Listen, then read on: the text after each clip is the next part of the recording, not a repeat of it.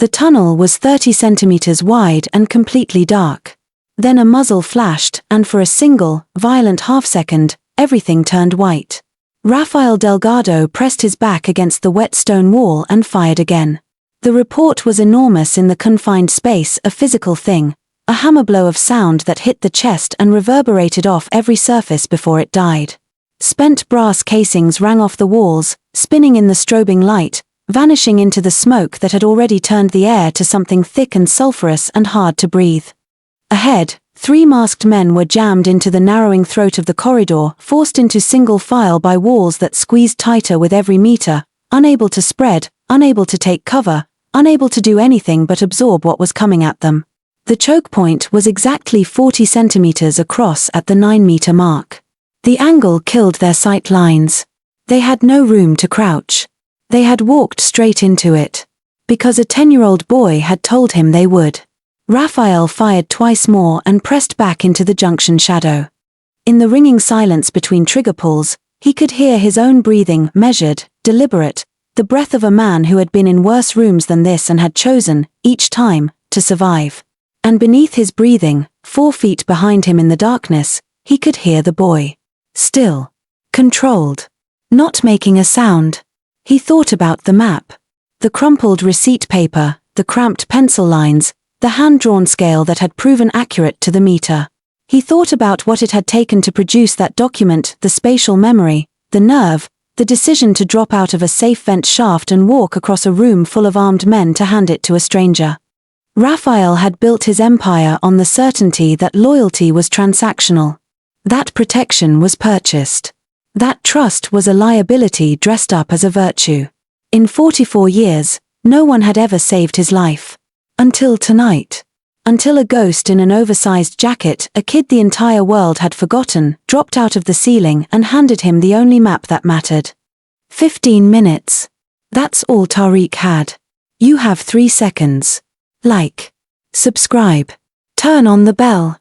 Don't miss what happens next. Tariq Hayes lived inside the walls. 10 years old. Small enough to disappear. Quiet enough that most people forgot he was there. He had spent the better part of his life practicing both the disappearing and the silence until they had become less like choices and more like breathing. Automatic. Necessary. The only things that had ever reliably kept him safe. The foster system had cycled him through 6 placements in 4 years. He had learned, across all of them, that the children who made noise were the ones who collected consequences. He had decided early that he would not be that child. He would be the other kind, the kind who moved through rooms like weather, present and unremarkable, noticed only when someone needed something and then forgotten the moment it was delivered. He had discovered the warehouse 6 weeks ago, an underground garage off the industrial strip on Meridian Avenue, abandoned enough to feel safe, hidden enough that no one from child services would think to look. He had memorized every tunnel, every vent shaft, every shadow.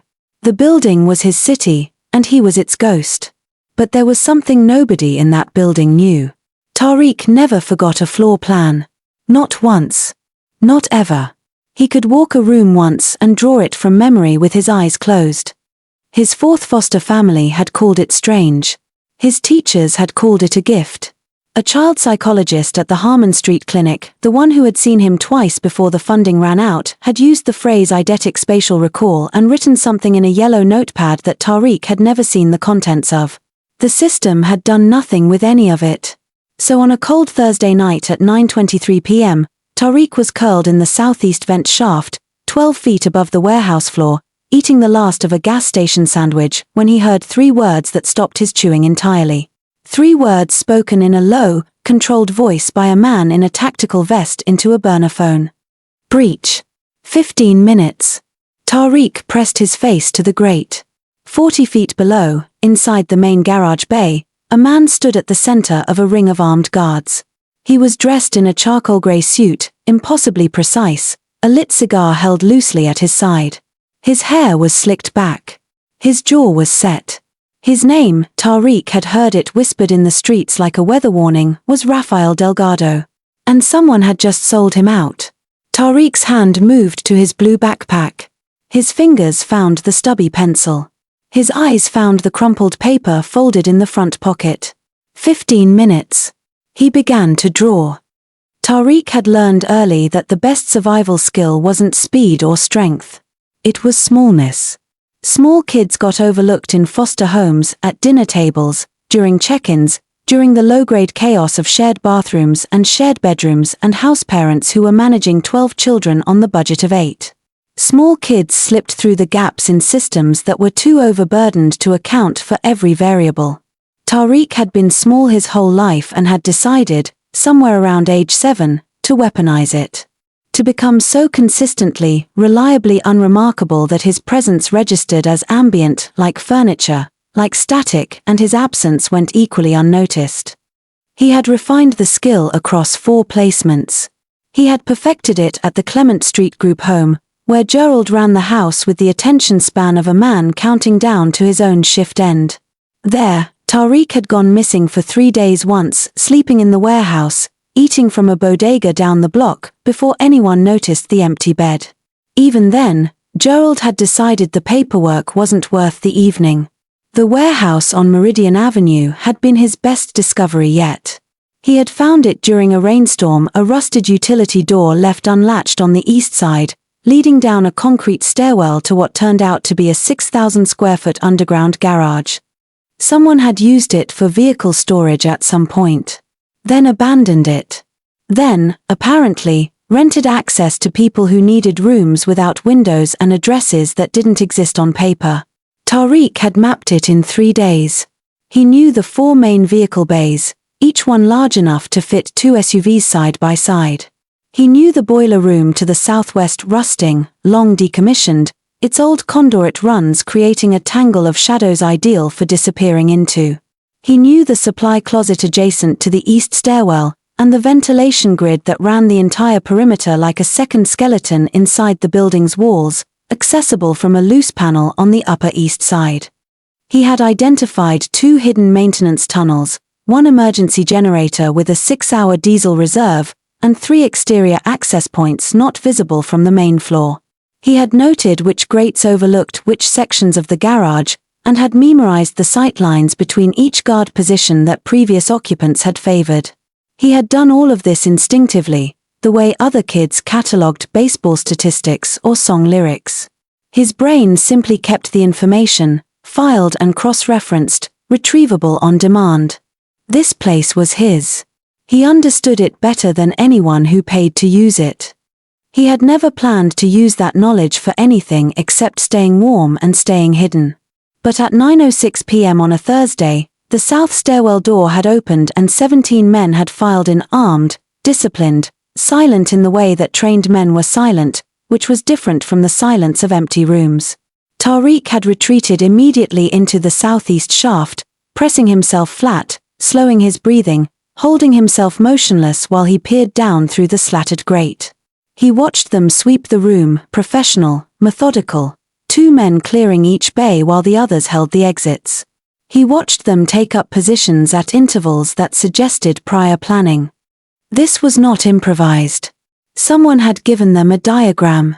Then the second SUV arrived, matte black, armored, the tires barely whispering on the concrete, and the man in the charcoal suit stepped out. The room shifted when he entered. Not because anyone moved. Because they stopped. The low murmur of a dozen armed men settling into position simply ceased, replaced by the particular quality of silence that gathered around people who held absolute authority. Rafael Delgado was not a large man. He was compact and controlled, built with the economy of someone who had never needed to impress anyone with his size. He moved through the room with the relaxed precision of a man entirely at home in dangerous spaces, unhurried, observant, trailing cigar smoke like punctuation. He lit a fresh one as he surveyed the bay, nodded at the man beside him, and began the meeting. That man, lean, tactical vest, eyes that moved too fast for someone supposedly at ease, stepped outside toward the east stairwell.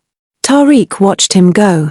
His name, Tariq would later learn, was Marco Reyes. He had worked for Rafael for 11 years. He had been on the rival cartel's payroll for 30 seconds after he disappeared up the stairwell. Tariq shifted position along the vent shaft to the grate nearest the east access and heard it clearly, the voice low and quick, the words distinct even through concrete. Breach. 15 minutes. North wall. No survivors. Delgado included. Tariq stopped breathing entirely. Marco came back inside 40 seconds later. He crossed the floor with the unhurried ease of a man whose conscience had been sold and delivered. He took up his position at Raphael's shoulder, leaned in to say something that made Raphael almost smile, and accepted the cigar Raphael offered him from the inside pocket of his suit. And Raphael handed it over with complete trust. He had no idea. Tariq pressed his back against the vent wall. The sandwich wrapper fell from his hand without a sound. His fingers were already moving to his backpack, to the front pocket, to the pencil and the paper he kept there out of the same habit that had kept him alive through 6 placements, always ready, always prepared, never assuming tomorrow looked like today. 12 minutes. Tariq unfolded the paper in the dark. It was the back of a grocery receipt from the Meridian Avenue bodega, long enough to give him working space, stiff enough to hold a pencil line without tearing. He pressed it flat against the metal floor of the vent shaft with the heel of his palm and pulled the pencil. He didn't think while he drew. Thinking was for people who had to reason their way to the answer. Tariq just remembered. His hand moved the way a musician's fingers found a chord, not consciously, not effortfully, but with the automatic precision of something rehearsed so many times it had passed beyond skill into pure reflex. The pencil scratched out the perimeter of the main floor first, establishing the boundary. Then the internal walls. Then the 4 vehicle bays, each one drawn to rough scale. The boiler room to the southwest, its door marked with a small circle. The supply closet on the east side. The stairwells, north and south. The 3 surface exits he had identified on his initial survey, the utility door on the east side where he'd first entered, the freight ramp on the west, and the rusted personnel hatch behind the generator housing that opened onto an alley 2 buildings over. Then the tunnel. The maintenance passage behind the boiler was the most important line he drew. It ran 18 meters on a slight downgrade, enough to feel it in your knees but not enough to slow you significantly, before branching. The right fork dead-ended at a collapsed drainage junction after 7 meters. He marked it with an X, large and deliberate, and circled it twice. The left fork connected to the city's old flood infrastructure, a concrete artery built in the 1950s and largely forgotten by every city department except the one that billed for it quarterly. It was wide enough to walk through upright. It ran 4 blocks north before terminating at a utility access panel on Crane Street, adjacent to the parking structure on the corner. Tariq had walked that route end-to-end twice, once in daylight filtering through the distant grate and once in complete darkness, counting his paces, memorizing the feel of the floor under his feet. He marked the hazards. The ceiling dropped at 11 meters, he noted it with a low arrow and the word duck in his compressed hand. The drainage valve at 16 meters groaned when weight hit it, he drew a small spiral and wrote step left. The left fork junction had a 4-inch lip at the entrance, invisible in the dark and exactly ankle height for an adult, he marked it with a dotted line. He noted the approximate grade of the passage, the 2 points where the walls narrowed to shoulder width, and the location of the old iron support column at the midpoint that a person moving fast in the dark would hit face first if they didn't know to angle left. It was, by some distance, the most detailed map he had ever drawn. And he had drawn it from memory, in the dark, in 11 minutes, while listening to the sound of a cartel meeting 40 feet below him. 9 minutes left. He held the map up and studied it in the faint light bleeding through the grate. The proportions were right. The annotations were clear. The dead end was marked so conspicuously that a panicked man running in the dark could not miss it. He had, in the margin, sketched a small compass rose approximate, but consistent with the building's orientation. He had even noted the surface street above the tunnel exit, in case Raphael's people needed to coordinate pickup. He looked down through the grate. Raphael stood equidistant from the north wall and the boiler room, directly between the incoming threat and the only safe route out. His guards were all positioned outward, watching the doors and the vehicle bay entrances, covering the angles a conventional assault would use. None of them were watching the wall. Nobody ever watched the wall that wasn't a door. Tariq folded the map once along its length, then once across, until it was a neat rectangle that fit in his jacket pocket without bulk. He went through the math without wanting to, because the math was there whether he wanted it or not. He had approximately 8.5 minutes. He needed to exit the vent shaft, traverse the east wall using the equipment cases for cover, negotiate the supply closet staging point, cross 20 meters of open concrete floor through a ring of armed guards, and get within arm's reach of the most protected man in the room, without getting shot. The rational move, the move that every self-preservation instinct he had developed across 10 years of learning to survive was currently screaming at him, was to stay in the vent. Stay small. Stay invisible. Let whatever was going to happen happen, and then slip out in the chaos afterward the way he always slipped out of everything. Tariq had never been good at rational. He had always been better at right. The vent access panel was 3 meters behind him. He turned and began moving toward it in a low crawl, keeping his weight distributed, making no sound. 9 minutes left. The access panel release was a friction latch, a simple spring mechanism Tariq had loosened 2 weeks ago with a small flathead screwdriver he carried in his backpack's outer pouch, working it back and forth over several visits until the resistance dropped to almost nothing.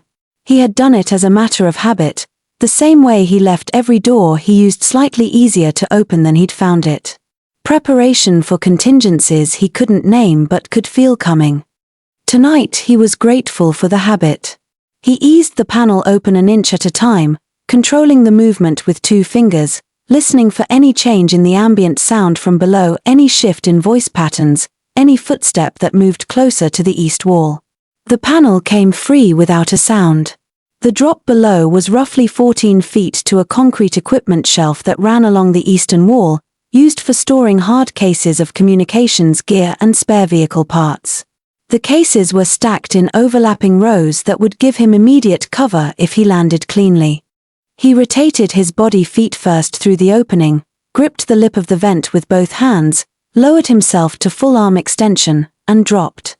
The impact came through his feet and up through his knees in a controlled wave. He bent into it, absorbed it, let himself sink into the crouch rather than fighting the momentum. No sound. No stumble. He was behind the nearest equipment case before the vibration in the floor had fully settled, pressing his shoulder blades flat against the concrete wall, breathing through his nose. From this angle, the meeting was more audible. Raphael's voice carried, not loud, but clear, the voice of someone accustomed to being listened to without raising it. He was speaking about a logistics arrangement, something involving transport timelines, the language clipped and elusive the way conversations were when everyone in the room already knew the context. Around the edges of his voice, Tariq could hear the ambient presence of 12 armed men, the creak of a tactical vest, the soft scrape of a boot heel, the barely there sound of someone cycling through the load on a weapon and settling the magazine back into place. He needed to move. He had the cover of the equipment cases for approximately 8 meters along the east wall, at which point the cases ended and the open floor of the bay began. His staging point, the supply closet, sat at the far end of the case run, pressed against the wall at the edge of the bay. If he could reach it without being spotted, he'd have 10 seconds of concealment to collect himself before crossing open ground. He moved in a low crouch, weight forward, placing each foot with the deliberate care he'd learned in the Clement Street home's hallways, avoiding the 3rd and 7th floorboards, the rug corner that flipped, the radiator pipe that rang when brushed. His spatial memory served him here too. He had catalogued the floor of this bay on multiple visits, and he knew the cracked section of concrete near the 3rd equipment case that caught a heel wrong and made a sound. He stepped over it without breaking stride. 7 minutes left. He reached the end of the case run. The supply closet door was 12 feet to his right, set slightly ajar, not the way he'd left it. Someone had used it since his last visit. He assessed the angle. If he moved directly across the gap, he'd be exposed for approximately 3 seconds to the guard stationed at the south stairwell. The guard was facing the stairwell, not the wall. 3 seconds was manageable. He crossed the gap. His hand found the supply closet door handle and he turned it, easing it inward, and stopped. There was weight against the other side. A presence in the dark before he could register it. The hand came out of nowhere, closing on the back of his olive jacket at the collar, fabric bunching in a grip that lifted him cleanly off his feet and dragged him backward into the dark of the closet in a single motion. The door swung shut behind them. Something metal pressed against a shelf. Tariq's feet found the floor just as the flashlight hit his face, a narrow, blinding beam that killed his night vision instantly and turned the man holding him into a silhouette. The voice was low and unhurried, the voice of a man who did not consider the situation particularly complicated. "Who are you?" Tariq didn't flinch. He had been grabbed by adults before. Foster parents losing patience. Group home boys asserting territory. A truancy officer, once, who'd taken hold of his arm in a way that left a mark for a week. He knew, from long experience, that flinching was the worst possible response. It read as guilt, it escalated the situation, it handed control to the person doing the grabbing. Instead, Tariq went completely still, let the tension drain out of his body, and looked up into the light with the same expression he'd practiced for years. Mild, slightly confused, in no way the face of a child who had just been crawling through a ventilation shaft above a cartel meeting.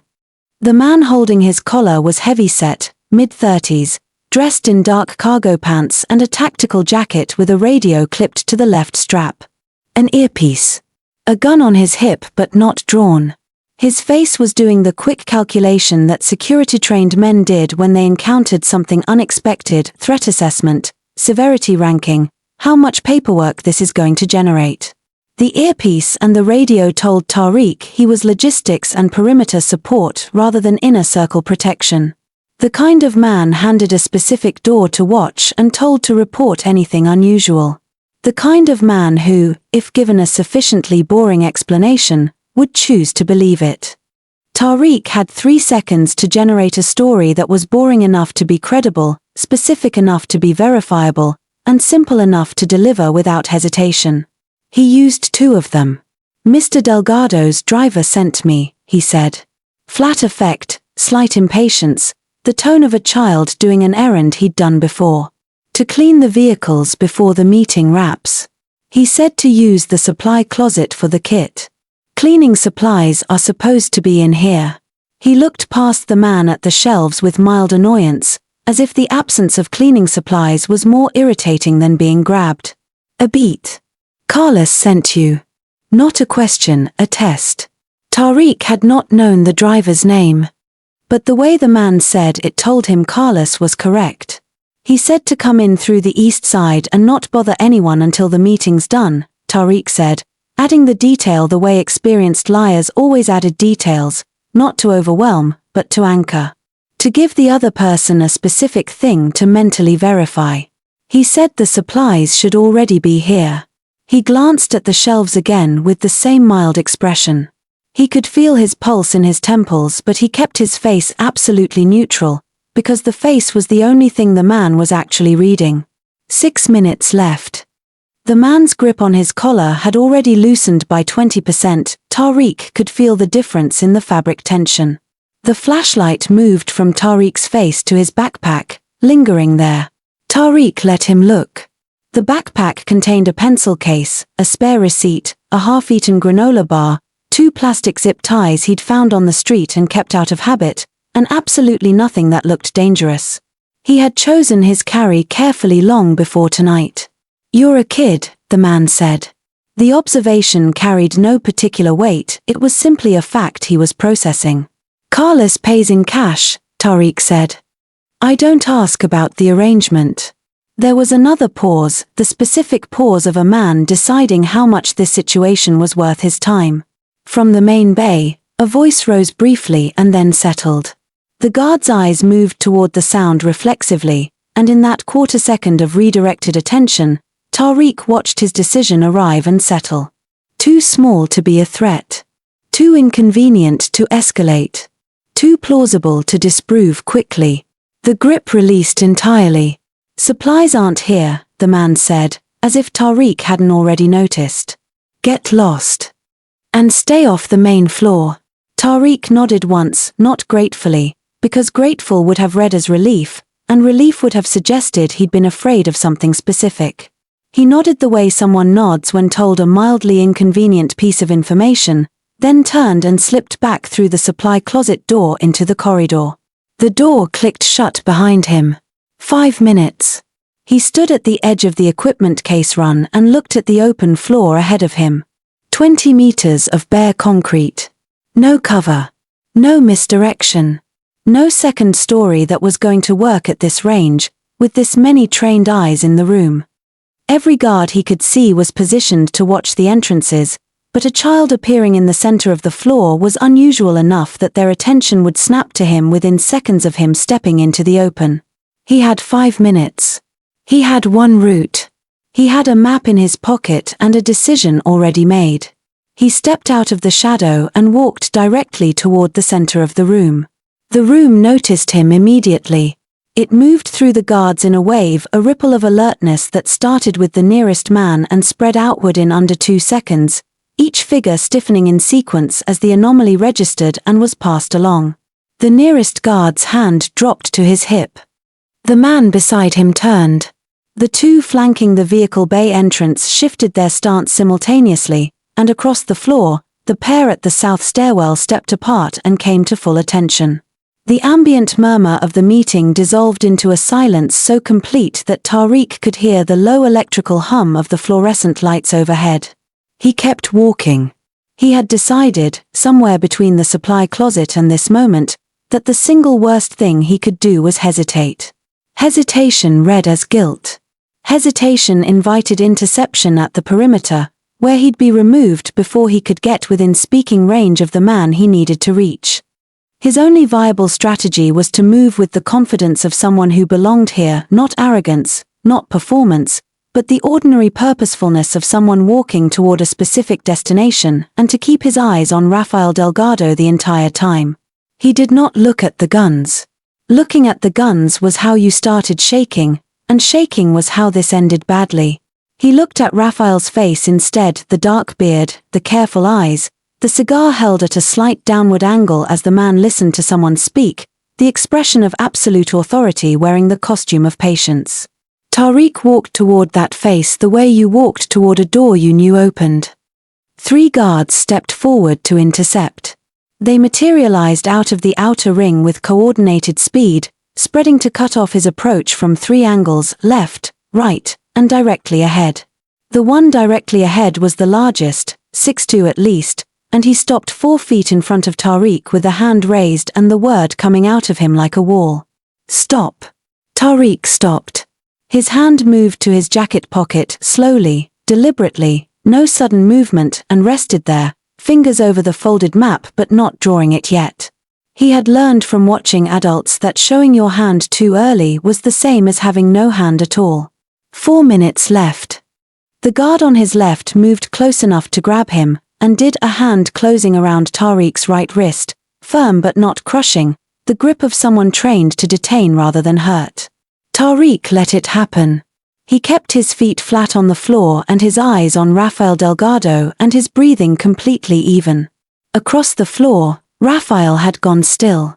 He was looking at Tariq with the undivided attention of a man who had survived long enough to develop a genuine instinct for anomalies, for things that didn't fit the pattern, that had no precedent in the established order of his world. A 10-year-old boy, smudge of dirt on one cheek, oversized jacket, blue backpack, walking across the floor of his private meeting with the focused calm of someone who had a reason to be there. This did not compute. And things that didn't compute, in Rafael Delgado's experience, were either entirely harmless or existentially important, with very little ground between the two. He took a slow pull of the cigar. He exhaled. He studied Tariq for the span of 3 seconds with the precision of a man accustomed to reading situations rather than reacting to them.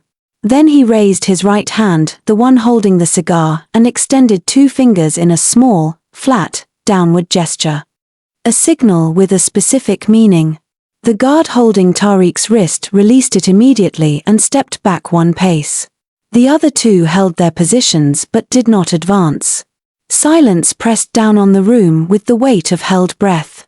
30 feet away, Marco Reyes had stopped moving entirely, his eyes moving between the boy and Raphael with an expression that was working hard to remain neutral and not quite managing it. Raphael's voice, when it came, was quiet and unhurried. It did not raise itself for the room. It was the voice of a man who never needed to. "What do you want, boy?" Tariq pulled the map from his jacket pocket and held it out. He held it flat between both hands, no drama, no performance, the way you'd present a receipt for something you'd already paid for. The paper was crumpled at the edges from being folded in his pocket, and the pencil lines were fine enough that they would have been invisible to anyone more than 3 feet away. To Rafael Delgado, standing 7 feet from him, it looked like a child holding a piece of trash. Nobody moved. 2 minutes left. "Someone in this room called in a hit on you," Tariq said. His voice came out exactly the way he'd decided it would, level, direct, stripped of the tremor that was trying to work its way into it. He had practiced this in the vent shaft without realizing it. He had rehearsed the sentence the same way he rehearsed floor plans, not consciously, but continuously, the words arranging themselves into their most efficient form through repetition. He had perhaps 30 seconds to deliver information that a man with armed protection would choose to act on over the word of his own lieutenant. Brevity was the only persuasion that worked. "North wall breach. 2 minutes from now. I drew you the only way out they don't know about." He extended the map another inch. The movement from his left was immediate, Marco Reyes stepping forward with the controlled urgency of a man who had an excellent reason to shut this down and needed to do it before it developed. His hand was at his hip, not drawing yet, but present. His voice carried the precise calibration of righteous authority. "Who brought the kid in?" He swept the question across the guards without waiting for an answer, then focused on Raphael. "This is a distraction. Classic misdirection, send in a civilian, create confusion, split your attention right before the breach. Here's a plant." The word plant landed in the room with the efficiency of something designed to land. Several guards shifted. The large man who had blocked Tariq's approach moved half a step closer. Raphael had not moved. He was still watching Tariq. His expression had not changed, not alarmed, not dismissive, simply attentive in the way of someone gathering information before forming a conclusion. Tariq did not look at Marco.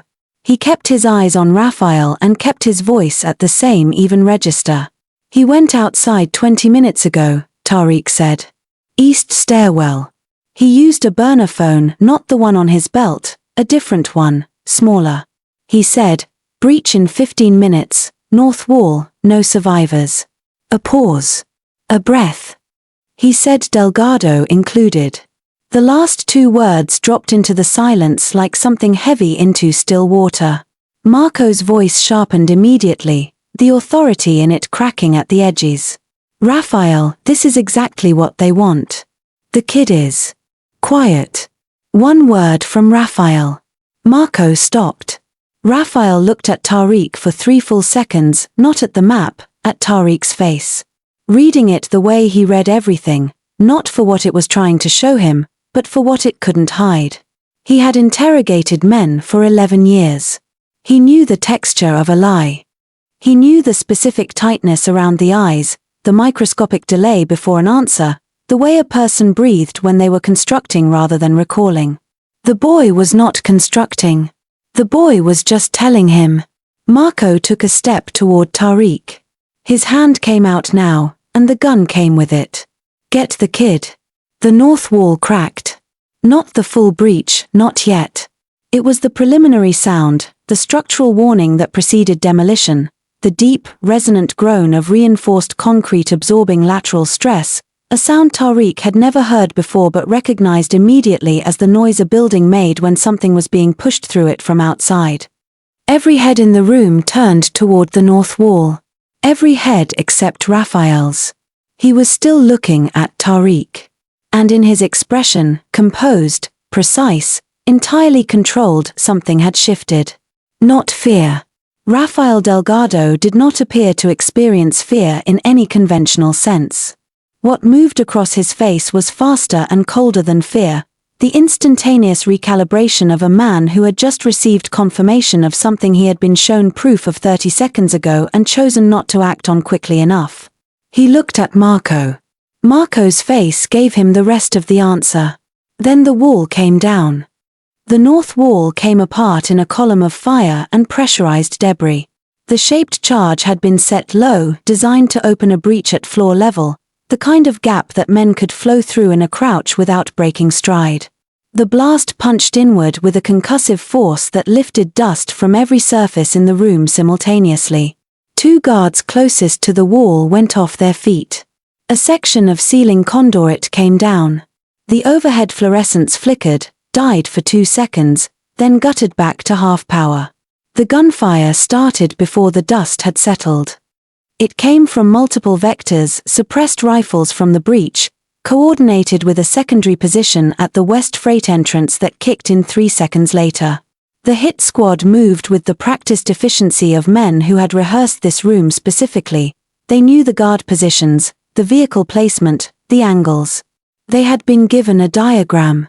They cleared the entry and pushed forward in a disciplined wedge, using the armored SUVs as obstacles rather than letting them become cover for the defense. They had thought of everything. Except the boy. Tariq felt himself leave the ground. One hand had closed around the top carry handle of his backpack and hauled him bodily off his feet in a single smooth motion, the way you'd lift a bag, with complete indifference to the object's preference in the matter. He was deposited behind the rear wheel arch of the center bay SUV in the same motion, hitting the concrete in a controlled enough landing that he tucked automatically and came up on his elbows without having lost the map. Rafael Delgado came down beside him half a second later in a controlled combat drop, jacket open now, weapon in his right hand, cigar somehow still present in his left, the whole sequence executed with a fluid economy that made it look like something he did routinely. Glass cascaded from the SUV's rear window. Rounds punched through the body panels, the sound of it close and violent, like objects dropped onto a metal roof from a height. The floor around them sparkled briefly with shattered glass and then the dust took over, reducing visibility. 3 of Rafael's guards had made it to the adjacent SUV. One was down near the south stairwell. Tariq didn't look. Marco Reyes was gone.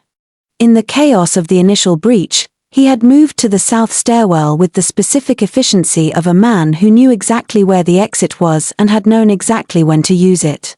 Rafael pressed his back against the wheel arch and assessed the room in a single sweep. His face showed the focused calm of a man who had been in firefights before and had survived them by thinking faster than his heart rate. He looked at Tariq.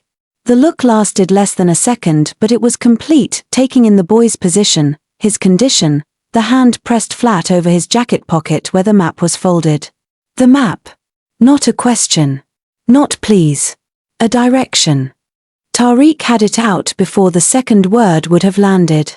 He handed it over without sitting up, keeping his profile below the wheel arch. Rafael took it, unfolded it against his knee in 2 quick movements, and studied it with the speed of a man accustomed to reading tactical intelligence under conditions that did not allow for comfort or time. His eyes moved across the pencil lines with practiced efficiency. The boiler room. The maintenance shaft behind it. The tunnel route. The hazard markers. The exit point at Crane Street, 4 blocks north. The dead end clearly marked with the double-circled X. He read it the way a navigator reads a chart, not word by word but pattern by pattern, building a spatial model that could be executed in the dark. Another burst raked the hood of the SUV. One of Rafael's guards shouted something in Spanish and returned fire. The room smelled of cordite and concrete dust and the acrid edge of burning insulation from somewhere in the wall. Behind the boiler, Tariq said, keeping his voice flat and low. Maintenance hatch. 14 meters in, it branches, go left, not right. The right fork is marked on the map. It's a dead end. Rafael folded the map with 2 precise movements and placed it inside his jacket, in the inner breast pocket. He took one final pull of the cigar and set it down on the concrete floor with the deliberateness of someone who intended to come back for it someday and knew they wouldn't. He looked at Tariq with an expression that was not warm, exactly, but was something that had warmth somewhere in its architecture, the look of a man recalibrating what he understood about the category of person currently crouching behind a wheel arch with him. "Stay behind me," he said. "Move when I move. Stop when I stop. Can you do that?" Tariq nodded once. Raphael rose from behind the wheel arch into a low crouch, weapon up. "Then let's go." The boiler room was 12 meters of open floor through active fire. Raphael moved with the precision of someone who had been trained to navigate this kind of environment and had maintained that training with the same discipline he applied to everything else. He used the concrete support columns as sequential cover, moving to the first, pausing for a 2 count to assess, moving to the second. His 2 remaining guards flanked him in a loose protective triangle, suppressing the breach position and the west entrance alternately, giving Raphael 3-second windows at each column. It was textbook and it was fast. Tariq moved in Raphael's exact wake. He matched his timing by instinct, reading Raphael's body language the way he'd learned to read adults in group homes, anticipating the shift of weight before the movement, moving when the back straightened, stopping when the shoulders dropped. He kept his profile low and his path precisely in line with the cover Raphael had already cleared. A round struck the column 2 feet above his head during the third leg of the crossing. He felt the displaced air and kept moving. He did not stop to process the fact that people were trying to kill him. Processing could happen later. Survival required only the next 5 meters. They reached the boiler room door. One of Raphael's guards took a round to the left arm during the final approach. Tariq heard the sound of it, heard the man's controlled grunt of pain, but he kept moving, and they all piled through the door and pulled it shut behind them. A wedge appeared from somewhere and went under the door handle in the same motion. Professional. Someone had done this before. The boiler room was narrow and close, the air immediately warmer from the old machine's residual heat. A rusted cylindrical boiler dominated the center of the space, its gauges long dead, its pipes running up the walls in a tangle of oxidized copper and crumbling insulation. Banks of old electrical conduit lined the far wall. Storage shelves held nothing useful. To anyone who hadn't been here before, it was a dead end with one exit, the door they'd come through. Tariq moved past Raphael without being told.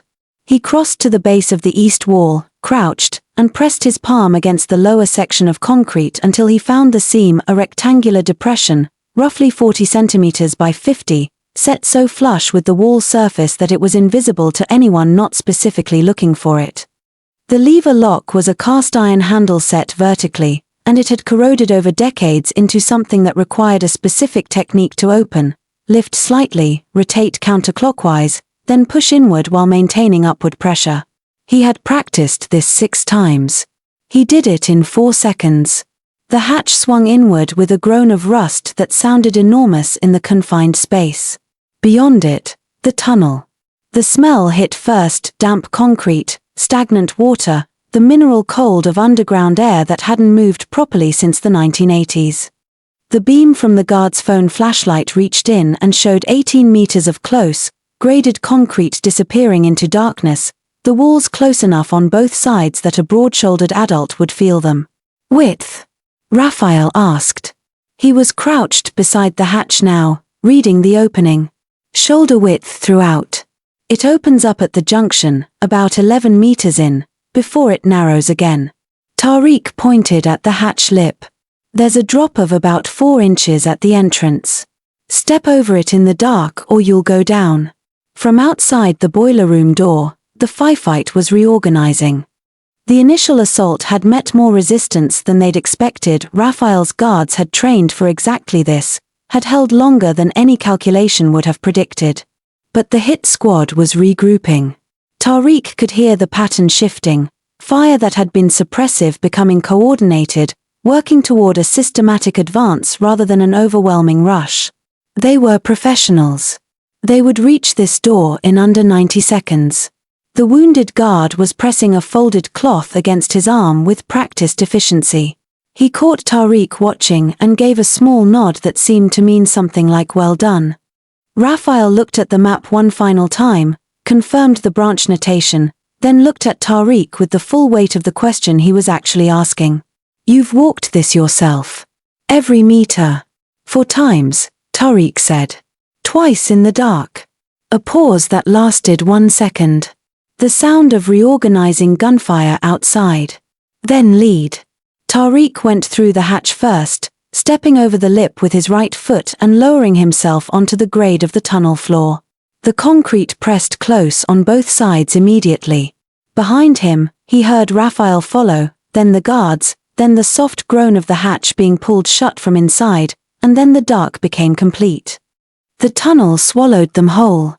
Outside, the firefight compressed to something distant and flat, muffled by concrete and grade and the mass of earth above them, reduced to a series of irregular thumps that could have been anything, that the tunnel stripped of context and consequence and left as pure vibration. Inside, sound worked differently. Every footfall returned from the walls in a tight, immediate echo. Breathing arrived back slightly delayed, slightly altered, as if the tunnel were breathing too. The guard's phone flashlight threw a white column forward and created a following shadow behind each of them that stretched and shifted with every step. Tariq moved from memory and did not look at the light. Looking at a light source in the dark destroyed peripheral vision and created a false sense that everything beyond the beam was safe.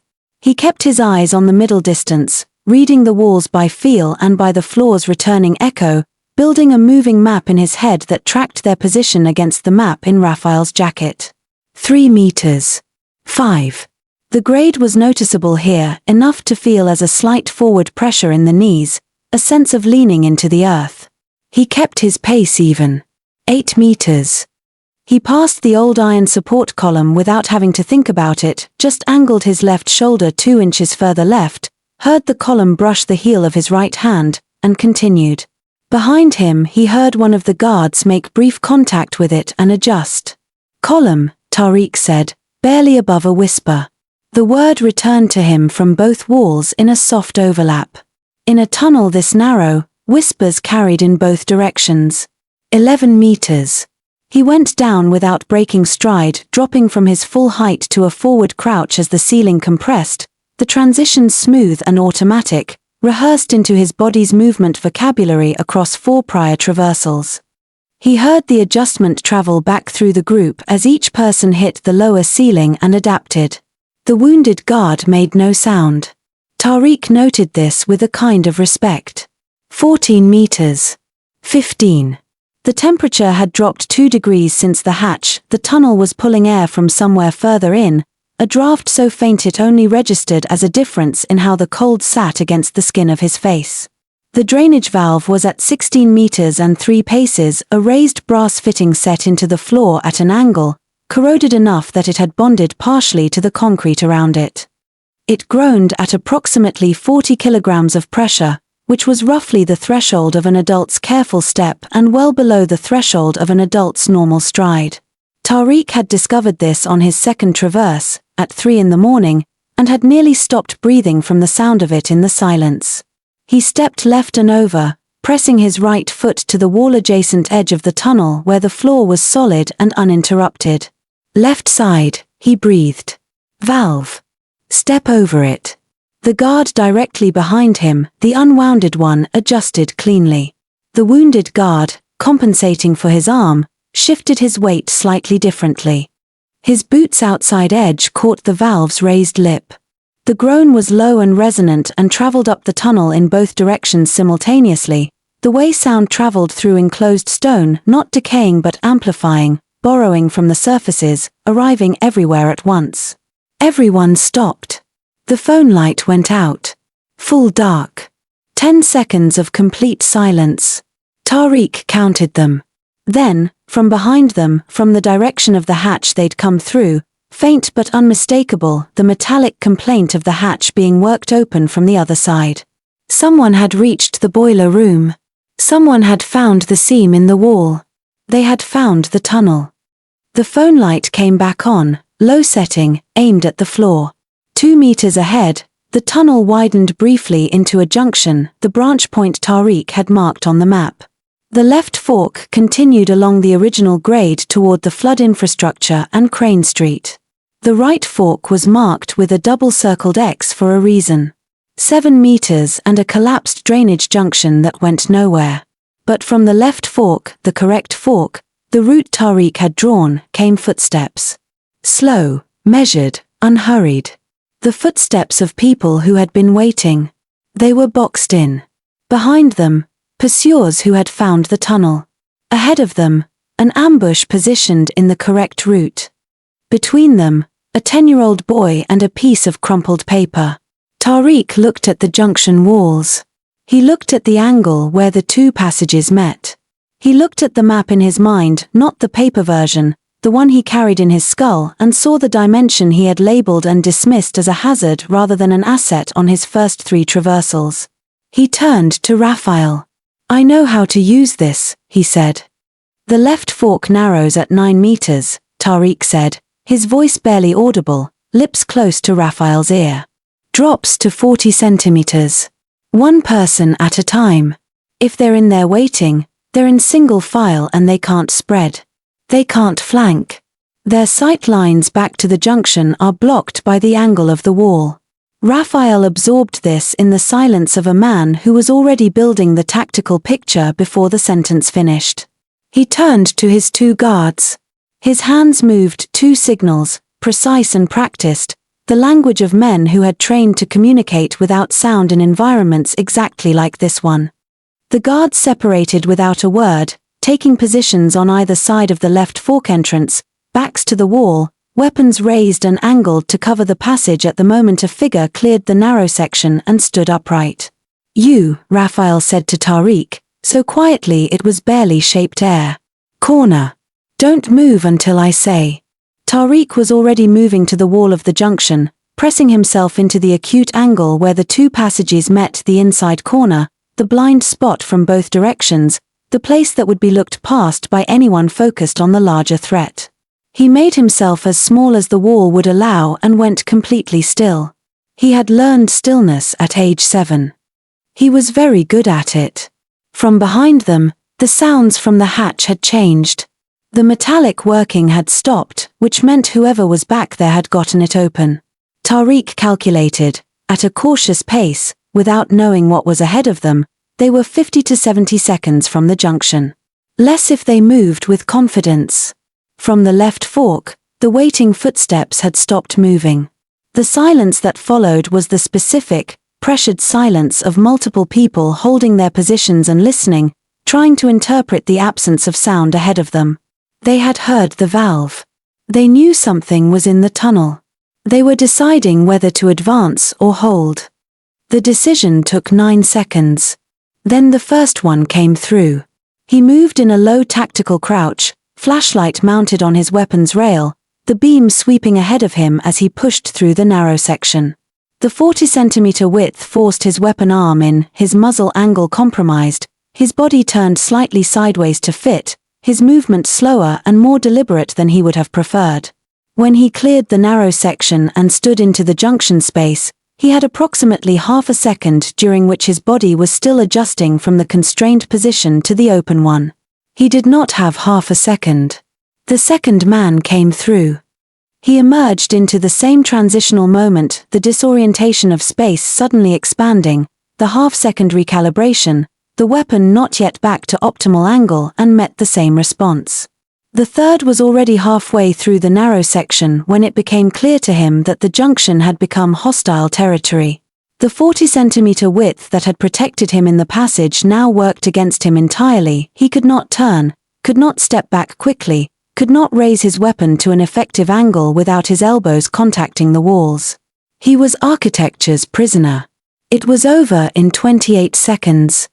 The sounds of it were enormous in the enclosed space, concussive, layered, reverberating off every surface and returning diminished but still present long after the action had ceased. Shell casings rang on the concrete floor and rolled into the dark. The phone light had been switched off during the engagement and was reactivated now, revealing the junction in its aftermath, Smoke, the acrid smell of propellant, the motionless forms of 3 men who had walked into a geometry that had been arranged specifically for them by a child with a pencil. From behind them, from the direction of the hatch, the sounds of the pursuit team had changed again. Footsteps that had been advancing had halted. A low voice, too distant to resolve into words. Then the unmistakable sound of footsteps retreating. They had heard the engagement.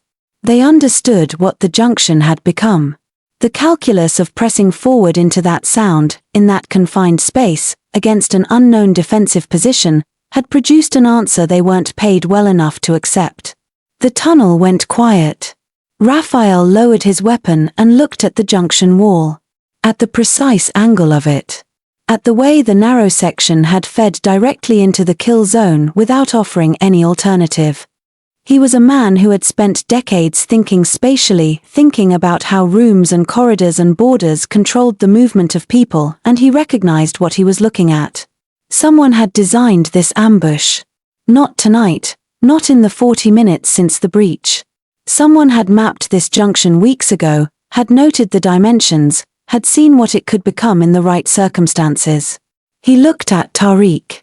He reached into his jacket, drew out the crumpled map, and folded it once more, carefully, precisely, the way you folded something you intended to keep. He placed it back in his breast pocket and pressed the jacket closed over it. He nodded once toward the tunnel ahead. They moved. The utility access panel on Crane Street was exactly where Tariq had noted it, set flush into the sidewalk at the corner of the parking structure, a heavy cast-iron hatch with a Yale padlock threaded through a welded hasp. The padlock was not the original.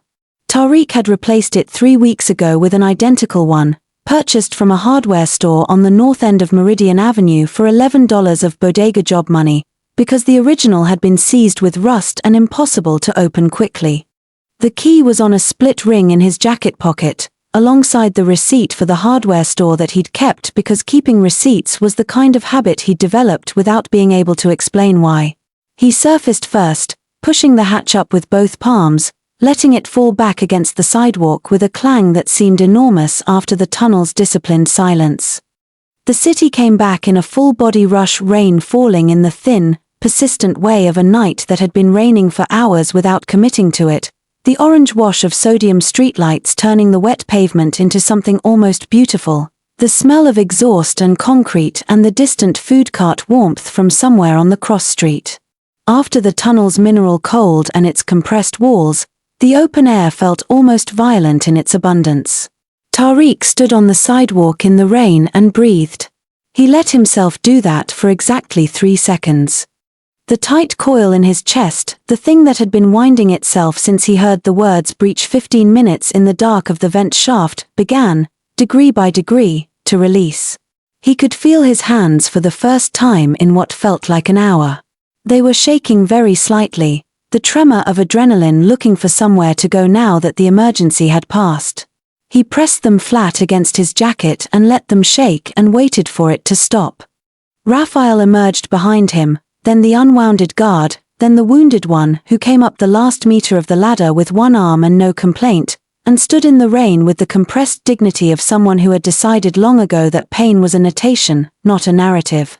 All 4 of them stood on the sidewalk for a moment, processing. The city moved around them indifferently, a car passing on the cross street, a distant siren that was going somewhere else, the particular texture of a Thursday night in a city that didn't know what had just happened 4 blocks south and 14 feet underground. The sirens were converging on Meridian Avenue. At least 6, Tariq estimated, from 3 different directions. Someone had heard the breach. Someone had called it in. The warehouse would be a crime scene within minutes. Raphael reached into his jacket and drew out the map. The rain hit it immediately, darkening the receipt paper from pale yellow to something almost translucent, the pencil lines bleeding fractionally at their outermost edges. But the core of the drawing held the lines he'd pressed hard enough to score the paper slightly, the annotations he'd written with the deliberate compression of someone who understood that clarity mattered more than elegance. The compass rose in the margin. The hazard markers. The precise notation of the dead end. All of it legible. All of it accurate. He looked at it for a long time. Not reading it, he had already read it, had built the spatial model and executed it and used it to survive. He was looking at it the way you looked at something when you were trying to understand what it told you about the person who made it. Then he looked at Tariq. The rain had washed the smudge of grime from his right cheek.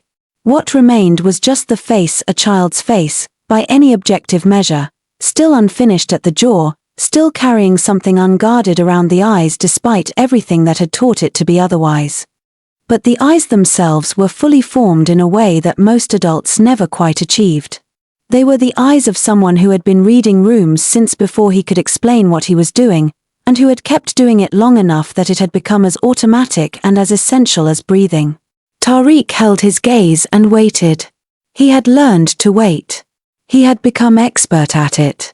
Rafael Delgado, who had not been genuinely surprised by another human being in approximately 11 years, said, quietly, "What's your name?"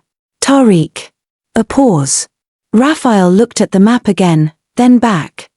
"Tariq," he said, not repeating it, exactly, but weighing it, the way you weighted a word you were deciding whether to keep. "Where do you live?" Tariq looked at the rain on the sidewalk. At the parking structure wall beside them. At the city carrying on across the cross street as if nothing had happened. He didn't answer immediately. He didn't need to. In that silence, Rafael Delgado understood precisely what the answer was. And something in his expression, composed, certain, already planning the next 12 moves, shifted into a register that had no name in the language of cartel bosses and calculated decisions, but that Tariq, who had been watching adults all his life for signs of what they were actually thinking, recognized instantly. It was the look of a man making a decision that had nothing to do with strategy. 24 hours later.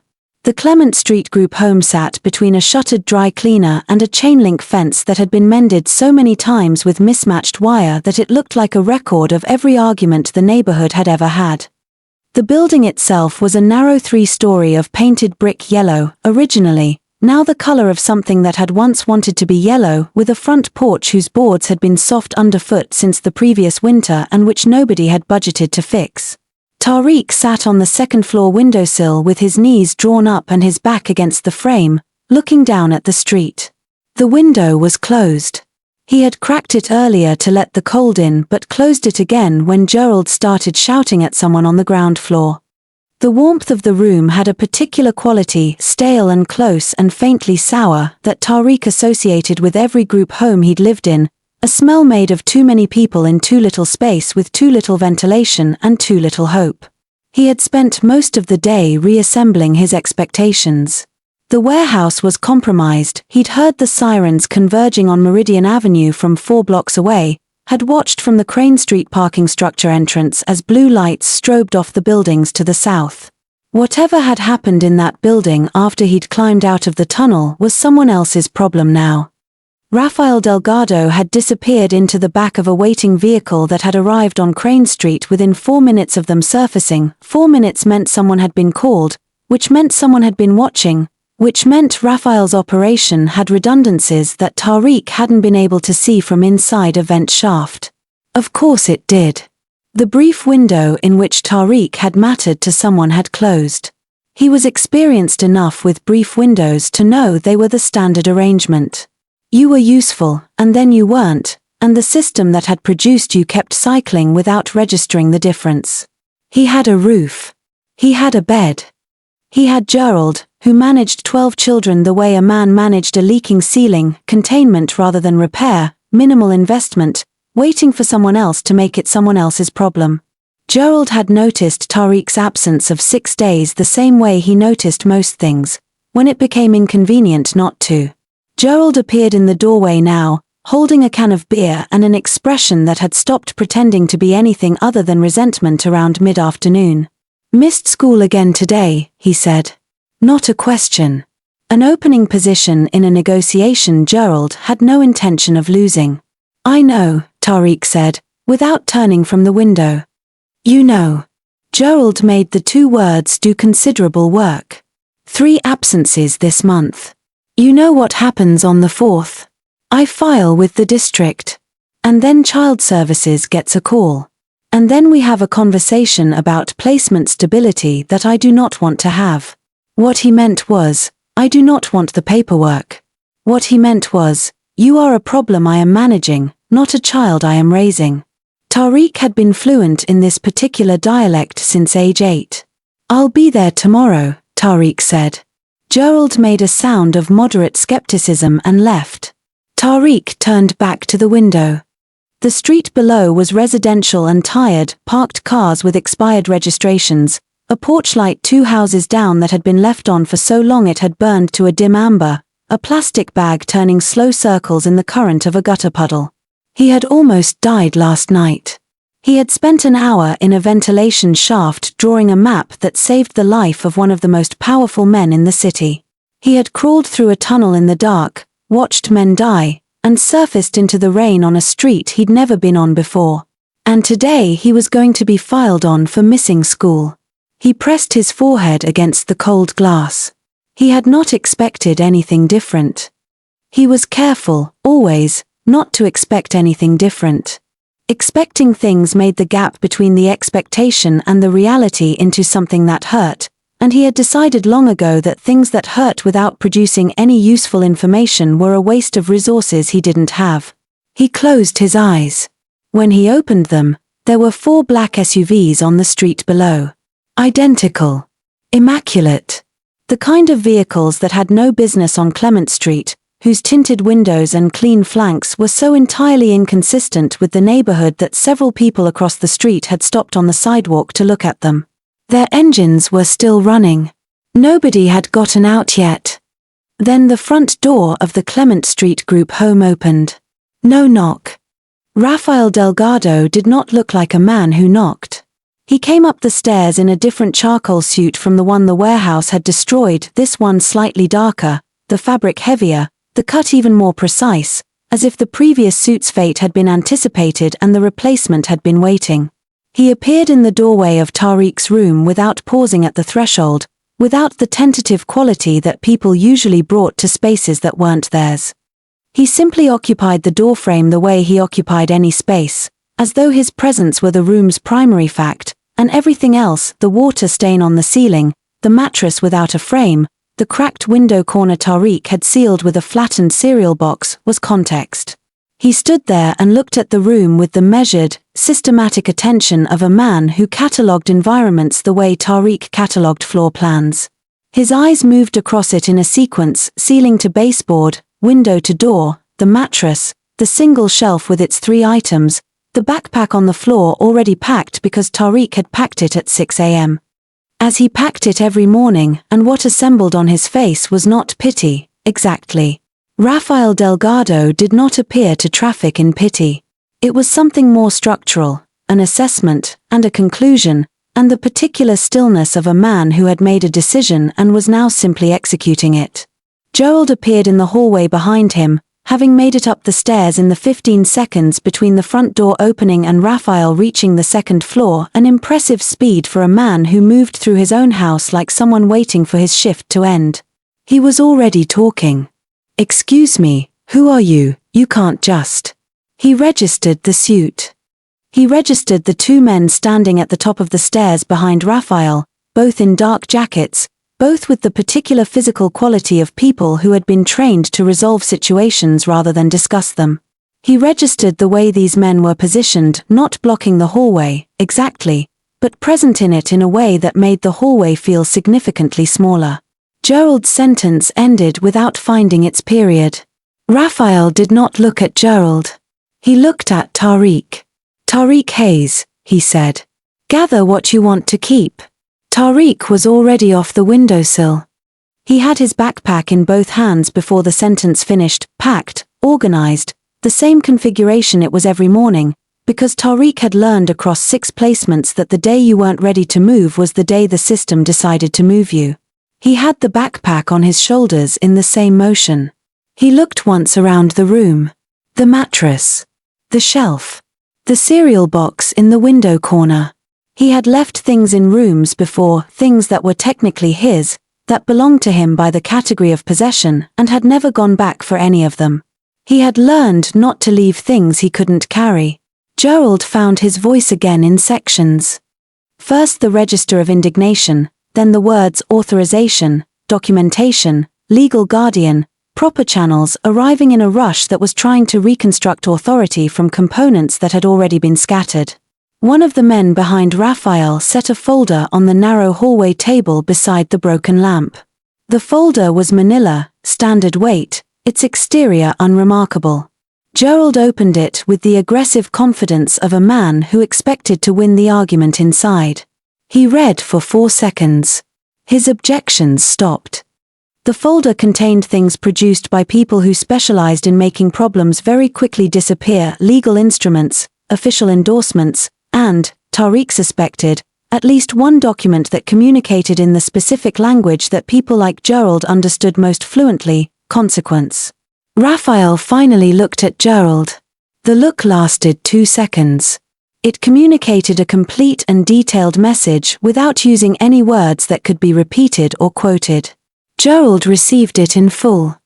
Then Raphael turned back to Tariq, and something shifted in the architecture of his expression, not softness, exactly, because Rafael Delgado appeared to have removed softness from his operating vocabulary at some point in the previous 4 decades. But something adjacent to it. Something that acknowledged, without sentimentality, what it meant to stand in a room like this one and to be handed the information that you did not have to stay. "You're done running," he said. "Let's go home." Tariq adjusted his backpack straps. He walked out of the room, past Gerald, past the 2 men at the stairs, down the stairwell of the Clement Street group home and through the front door and down the soft porch steps and across the sidewalk to the waiting SUV. He did not look back. He had never once found anything worth looking back at. 6 months later, the house sat on a private road in the northern hills, where the city fell away below and the sky was large enough to have opinions. It was 2 floors of glass and pale stone, set far enough back from the road that the road itself was almost theoretical, the surrounding trees performing a kind of structural privacy that no fence could have achieved. Tariq had a room on the 2nd floor facing east, with a proper bed frame and a desk that had been built into the wall at exactly the right height and a window that didn't crack and 3 different locks on the inside that he had not used once after the first week. He had 3 brightness settings on the desk lamp and had spent an afternoon studying which one was best for drawing. He had settled on the middle one. He had not yet gotten used to any of it, the room, the quiet, the absence of the ambient noise and managed chaos that had been the texture of every living situation he'd ever known. He understood that not being used to something did not mean it was wrong. He was giving himself time. Raphael ran the household the way he ran everything else, with systems. Dinner was at 7. The schedule was posted on a whiteboard in the kitchen and updated each Sunday. Expectations were stated once, clearly, without repetition or negotiation. Follow-through was absolute in both directions. If Raphael said something would happen, it happened. If Tariq committed to something, the expectation was that it would be treated with the same seriousness. This was the most foreign thing Tariq had encountered in his 6 months in the house, and the most valuable, an adult whose word meant exactly what it said and nothing else. Dr. Amora Iborra had arrived in the 3rd week, a former university professor in her 50s, quiet and methodical, who had assessed Tariq's educational situation with the brisk efficiency of someone accustomed to evaluating complex problems without allowing herself to be distracted by their emotional content. She had been alarmed, initially, by the gaps, the missing years of structured mathematics, the reading comprehension that was entirely self-taught and therefore uneven, the complete absence of any formal science education after age 8. She had redesigned her approach entirely after the 1st week, when Tariq had produced, unprompted, a dimensionally accurate reconstruction of the Clement Street home's floor plan from memory, complete with structural annotations about which walls were load-bearing. She had stopped calling them sessions. She called them workshops. The distinction mattered to her in a way that Tariq respected without entirely understanding. He worked hard. Not because he was told to, and not because he was afraid of what happened if he didn't. He had spent years doing things out of fear of consequences, and he recognized the difference between that and this. He worked hard because he was, for the first time in his life, in a context where the effort he put in produced proportional results. Where the output was roughly equal to the input. Where the world was responding to him in a way that made sense. This was so new and so disorienting that for the first 2 months he had kept waiting for the mechanism to reveal itself, for the catch, the condition, the fine print that made it all provisional. It hadn't come. He had begun, cautiously, to stop waiting for it. Raphael was not a warm man. Tariq had understood this within the first week and had found it, unexpectedly, reassuring. Warmth was performed, sometimes. Warmth was a currency that adults had used to manage him across multiple placements, not always cynically, but functionally, in the service of an arrangement that had other priorities. Raphael's care was expressed in practical terms: the room, the tutor, the schedule, the 3 locks on the inside of the door. It was expressed in the fact that when Tariq had asked, in the 2nd week, whether he could begin studying structural engineering, Raphael had produced a set of textbooks within 48 hours and had not once asked why a 10-year-old wanted to learn structural engineering. On a Thursday evening 6 months to the day after the warehouse, Tariq walked into Raphael's office to return a pen he'd borrowed that morning for annotations. He stopped at the doorway. Behind the desk, above the built-in shelving that lined the entire back wall, between a framed map of the city's original street grid and a black-and-white photograph of a building Tariq didn't recognize, hung a narrow black frame with a clean white mat. Inside it, the grocery receipt. His map. The pencil lines preserved behind UV glass, the annotations in his compressed hand still legible from across the room, the double-circled X of the dead end dark and deliberate against the pale paper. The frame's proportions had been chosen to give the drawing exactly the space it needed. Raphael was reading a document and did not look up. He let Tariq look. After a long moment, he spoke without raising his eyes from the page. Dr. Iborra tells me you've begun calculating structural load ratios in your free time. She seemed to find it notable. I wanted to understand how the tunnel stayed up, Tariq said. The maintenance passage. The ceiling was 60 years old and it held under live fire. I wanted to know why. Raphael turned a page. And the arch geometry. The Romans figured it out. The compressive force distributes through the curve. It's stronger than a flat ceiling by a significant margin. A pause. Pull up a chair, Raphael said. Ashford Preparatory occupied a converted Victorian on the eastern edge of the city's wealthiest district, a building whose original purpose had been the private residence of a shipping magnate and which now served a different kind of accretion. The sons and daughters of the city's institutional class, gathered for the specific purpose of becoming the next generation of the same. Its grounds were maintained with a precision that suggested the Hedgies had opinions. Its hallways smelled of wood polish and old ambition. Tariq had been enrolled for 3 months. He arrived each morning on the 7:40 a.m. shuttle from the Northern Hills, in the Ashford blazer that had been fitted to his measurements within a week of his enrollment, navy, structured, a crest on the breast pocket and a white shirt that he pressed himself on Tuesday and Friday evenings because Dr. Iborra had mentioned once that pressed shirts communicated something about self-regard, and Tariq had decided he agreed. He kept his backpack, the same blue one, still carrying the pencil case, and ate lunch at the corner table nearest the window because the window had a view of the parking lot and he liked to know what came and went. By any measurable standard, he was performing exceptionally. His mathematics scores were in the top 3% of his year group. His spatial reasoning test results had prompted the school's academic director to send a note home to Raphael, who had read it, set it on the kitchen table, and said nothing, which was how he expressed satisfaction. His analytical writing had developed in 3 months from serviceable to genuinely precise, the influence of someone who had spent a lifetime compressing important information into limited space and had discovered that the same skill worked in prose. None of this had reached Mr. Forsyth. Aubrey Forsyth was the head of the History and Social Studies Department, a man in his late 50s who had built a career at Ashford by being reliably useful to the institution and reliably legible to the parents who funded it. He had a talent that was not listed on his curriculum vitae but that informed nearly every professional decision he made, the talent for identifying, quickly and with high accuracy, which students represented a productive investment of his attention and which did not. He had developed this talent across 3 decades and trusted it completely.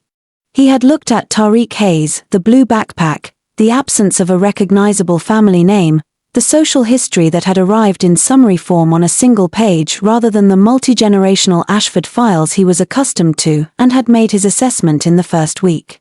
He had communicated it in the ways that experienced practitioners of institutional bias communicated these things, not through anything that could be written down and used against him, but through the texture of daily interaction. Papers returned to Tariq last, after the class had already discussed them. Questions redirected when Tariq raised his hand. The seating arrangement at the front of the classroom that positioned Tariq at the desk with the broken chair mechanism that listed slightly to the left, which Forsyth had been aware of since September and had not flagged for repair. Small things. Deniable things. Things that accumulated. The email had arrived 3 weeks ago, a parent-teacher conference request, the subject line reading Academic Performance Review, Tariq Hayes, the body of the email containing phrases like adjustment period and cultural integration challenges and ensuring the student has appropriate support structures, each one doing the work of a word that Forsyth had been too careful to actually use.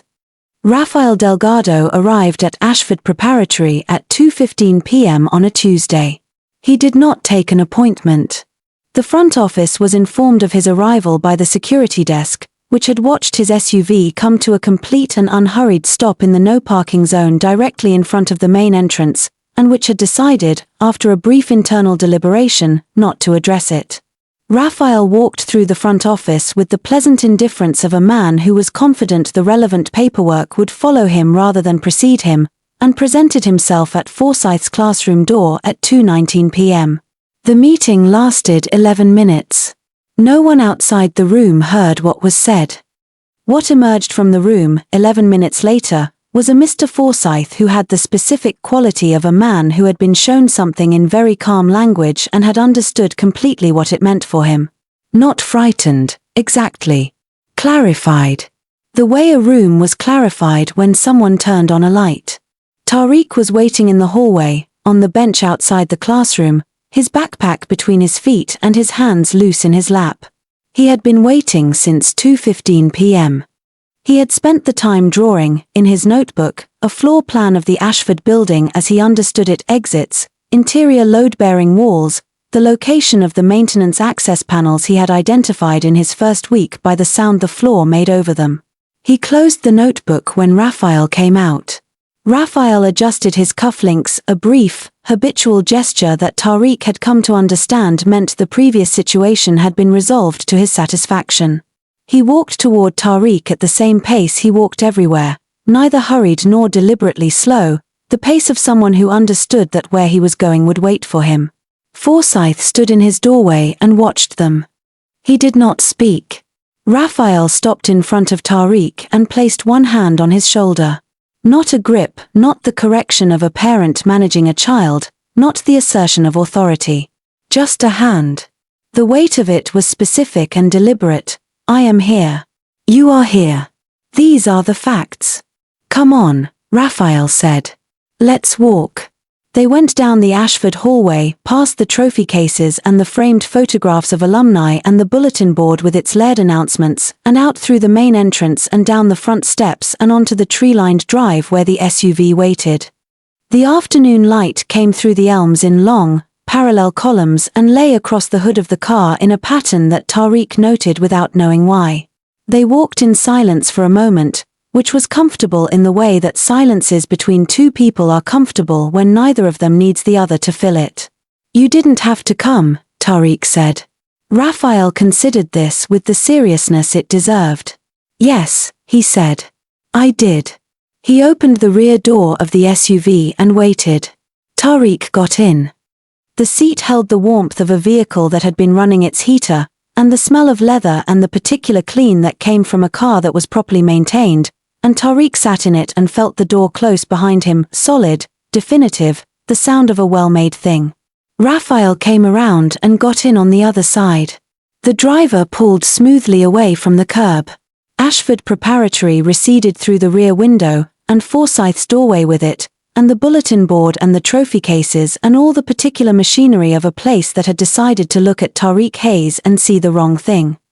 The man who had built an empire on the conviction that loyalty was purchased, who had surrounded himself with years of bought allegiance and had been nearly destroyed by it in a warehouse on Meridian Avenue, reached into his jacket and produced, from the inner breast pocket, a folded piece of paper. He set it on the seat between them without explanation. It was a brochure for the City School of Architecture and Design Summer Immersion Program. 12 weeks. Applications open in March. Tariq looked at it. Looked at Raphael. Raphael was watching the road ahead. "You said you wanted to understand how things stayed up," he said. "Learn it properly." Tariq picked up the brochure. He held it the way he had learned to hold things that mattered, lightly, carefully, aware of the weight in both directions.